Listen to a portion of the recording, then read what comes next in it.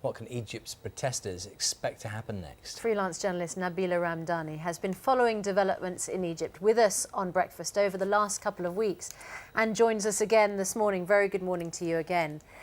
The protesters have got what they were protesting for, but what has achieved this outcome, do you think? I think, as you said, the main aim has now been achieved. President Mubarak has resigned, but it was certainly not an end in itself. And the fact that we have now a military dictatorship taking over is not satisfactory enough. There are many demands that the Egyptian people would like to see met now. For example, the lift of a state of emergency immediately.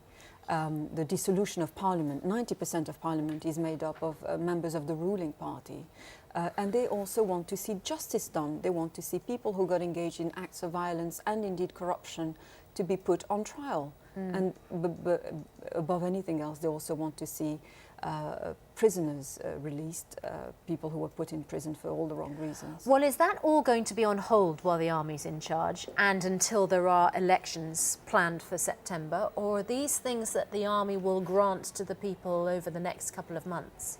Well, these are promises that the armies have been making for over the last few days now. And of course, they haven't delivered on the promises yet. So we have to watch the situation. You have a particular interest in what's going on in Algeria at the moment as well, don't you? Tell us about that and how you see what's happened in Egypt affect Algeria. Well, I happen to be of Algerian background, and I have most of my family is actually based in Algeria. And clearly the events, not only in Tunisia, but now in Egypt, and one should stress that it's quite extraordinary that the Egyptians achieved in only 18 days what the Tunisians achieved in 4 weeks. So that's quite extraordinary. And clearly the Algerians are inspired by what's going on in the region. But it's going to be a challenge. Algeria is run by the army. They are the country in the world where you have the highest number of police officers per capita, and pro-democracy groups are on the streets today, along with human rights organizations, but they fear a sinister crackdown.